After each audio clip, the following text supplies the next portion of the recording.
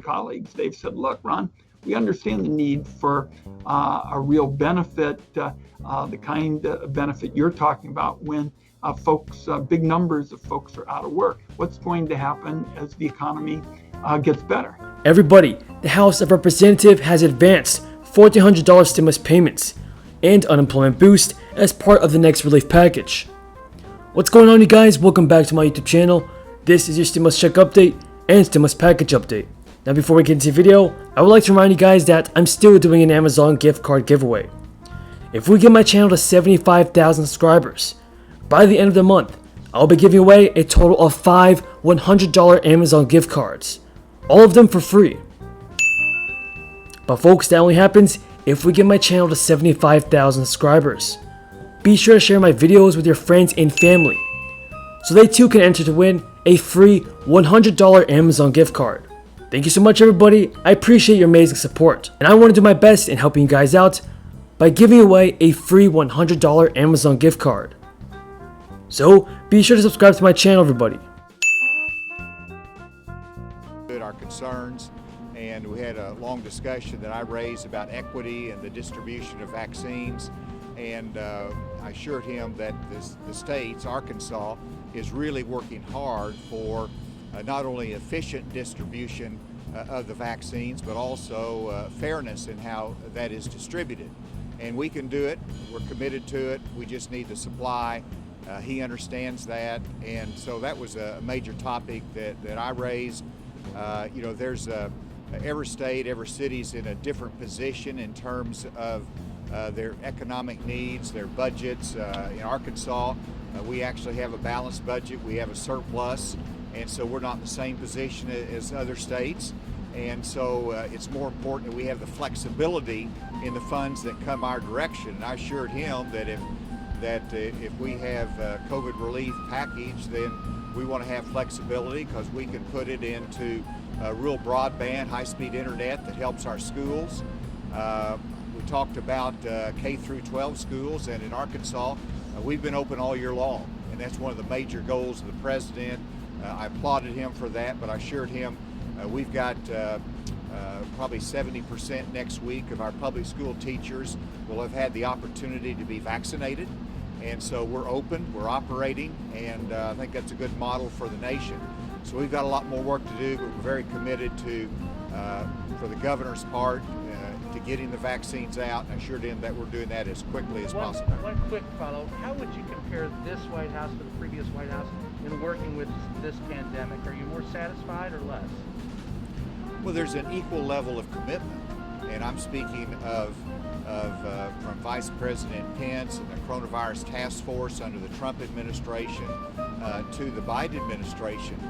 Professionals working hard every day, realizing that getting vaccine out is going to save lives, and the cooperation of the states and the role the states have. So, it's a full commitment, and I think I've said there's been a seamless transition, and that's a compliment to both, actually, that the handoff has been well.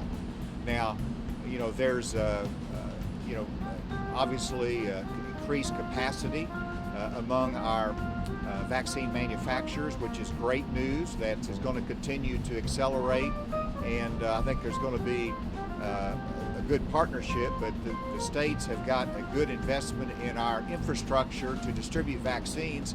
We want to continue to utilize that infrastructure and not simply have that duplicated. So those are part of the ongoing discussions and partnerships. Governor, The aid to state and local about yesterday a forthcoming bill, infrastructure, like a second bill, different from the current rescue bill.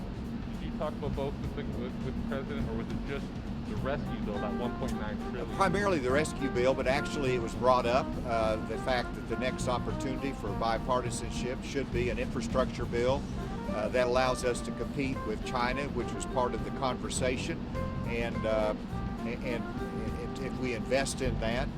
House Democrats advanced a portion of their stimulus relief bill that includes $1,400 direct payments, an extension of unemployment programs, and payments to families with children. Several committees have now advanced parts of the proposal, which the House hopes to combine into one bill and pass before the end of the month.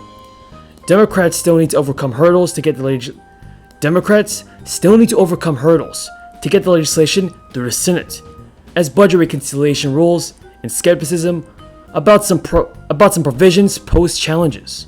Now folks, multiple House committees have approved parts of the stimulus bill, and that's as the chamber moves to pass the full package by the end of the month. The Ways and Means Committee advanced a critical portion of the legislation on Thursday night, and that would send $1,400 direct payments to most Americans, extend key unemployment programs through late August, and give families up to $3,600 a year per dependent. But other House panels, including the Education, Labor, Financial Services, and Small Business Committees, have passed their pieces of the proposal. Under the reconciliation process Democrats are using to approve the legislation, Democrats will pass the bill without Republican votes, and the House Budget Committee will combine a separate bill all into one package. Once again, Speaker Pelosi told reporters that she thinks the House will approve the rescue bill by the end of the month. Pelosi expects the bill will get through the Senate and across Joe Biden's desk before March 14th, and that's when many jobless Americans' lifelines will expire. Republicans have raised concerns about passing another relief bill of this size. Remember that last year, the Republicans passed a $900 billion aid plan in December.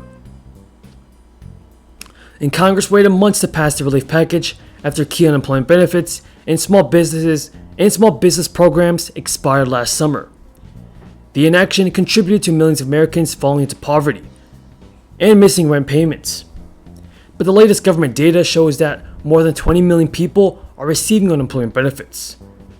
The Ways and Means Committee portion of the House plan, advanced Thursday, contains a huge chunk of the overall rescue proposal, and it would give you a $1,400 stimulus check. In addition, for those of you on SSI and SSDI, if you receive SSI but not Social Security benefits and did not file for taxes in 2019, the IRS will automatically send your payment the same way you normally receive your SSI benefits, such as by direct deposit, direct express, or paper check. The requirement to file a tax return depends on your gross income, which is all income you receive in the form of money, goods, property, and services that are not tax exempt. And a non-filer is a person who is not required to pay taxes to the IRS during tax season. Now, if you're claiming stimulus money in a recovery rebate credit, even non-filers will have to file a tax return this year. And if you're over age 65 and a recipient of SSI or SSDI, you were eligible for a first and second stimulus check, and should be eligible for a third one if Congress passes it. Now, for unemployment benefits, under Joe Biden's $1.9 trillion stimulus plan, the extra weekly amount in unemployment benefits would increase to $400 a week from the original $300, and those benefits, along with PUA, FPUC, will be extended through September. That is all the news in today's video, folks. Hopefully you guys found this video useful. Don't forget that I'm still doing the Amazon gift card giveaway.